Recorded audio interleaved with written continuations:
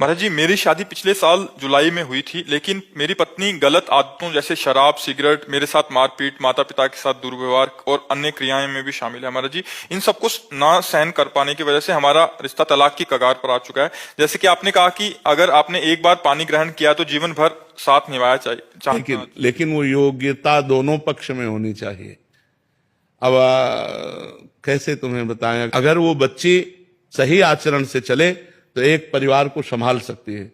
अगर उसने आचरण अपने बिगाड़ लिए तो देखो, आप पति हो, आप कह रहे हो तलाक की स्थिति है। अगर तलाक होती है तो उसका भी जीवन संकटपूर्ण है और आपका भी जीवन संकटपूर्ण है।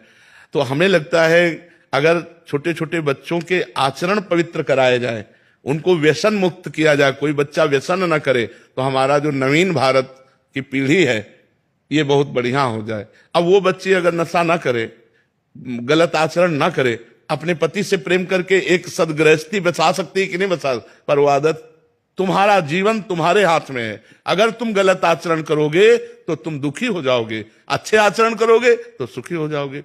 देखो, आपके सामने उदाहरण है, वो कह रहा है कि तलाक की कगार पर। क्या ब्याह इसलिए होता है?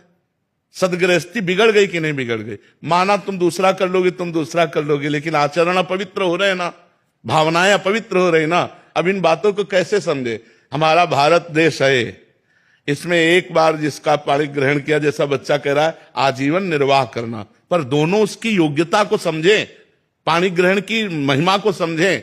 जैसे माना आज हम वर का वर्ण कर रहे हैं, आज हम किसी लड़की का वर्ण कर रहे हैं, अब हम दोनों गलत नहीं करेंगे, अब दोनों मिलकर हम चलेंगे और अपनी गृहस्थी को बसाएंगे। ऐसे विचार कर लो।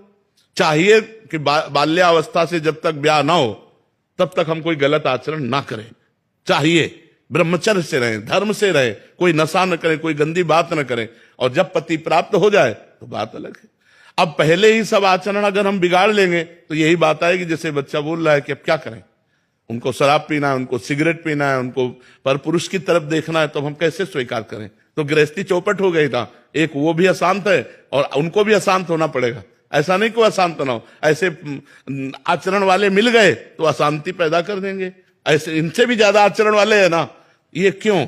इसका कारण ये ना, हमारे आचरण बिगड़ गए, हमारे विचार बिगड़ गए, हमारा चरित्रहीनता वही हमको दुख दे रही है। आप विचार करो, संतजन नहीं बोलेंगे, शास्त्र की बात नहीं सुनोगे तो आप सुधरोगे कैसे?